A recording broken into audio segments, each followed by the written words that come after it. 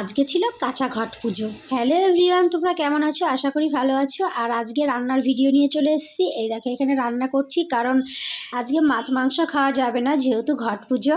তার ভেতরে চলে যাবে বরমশাই। বরমশাইয়ের জন্য কি করব তাই ভাবলাম যে একটু পালক পনির করি। আমি এই রান্নাটা 2বার করলাম, জাস্ট ওয়াও হয়। পনির খুব একটা পছন্দ করি না, পরের আবদারে আমি পনিরটা খাই।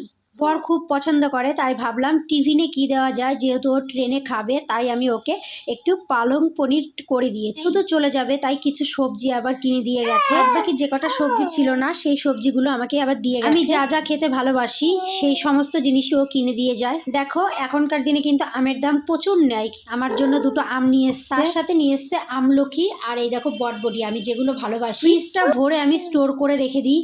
অনেক কিছু নিয়ে এসছে। আর এই দেখো আর একটা আম বেরোলো, তোমাদের সেটাও শেয়ার করলাম। এই দেখো 2টো আম বেরিয়েছে। আমি মাখা খেতে খুব ভালোবাসি।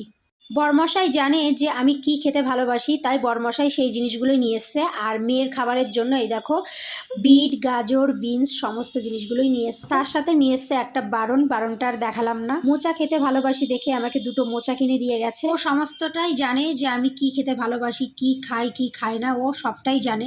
মোচাটা দেখে তো আমি নাচ শুরু করে দিয়েছি, কারণ মোচা আমি খুব ভালোবাসি। মাছের মাথা দিয়ে মোচাটা করবো। শুক্রবারে যাব, শুক্রবারে একটু কৃষ্ণনগরে কাজ আছে। শুক্রবারে যেহেতু যেতেই হবে, বৃহস্পতিবারেও আবার বাবার বাড়িতে যাব। বলতে গেলে কাল আমি কুলগাছি যাব, একটা নেমন্তন্ন আছে। দেখো অনেকগুলো গাজর কিনে দিয়ে গেছে। আমার ছেলেও খেতে ভালোবাসে, আমার মেয়েও খেতে ভালোবাসে। লাস্ট আমার রান্নাটাও কমপ্লিট হয়ে গেছে, তোমাদের একটু শেয়ার করে দিই। এই দেখো নামিয়ে নেব।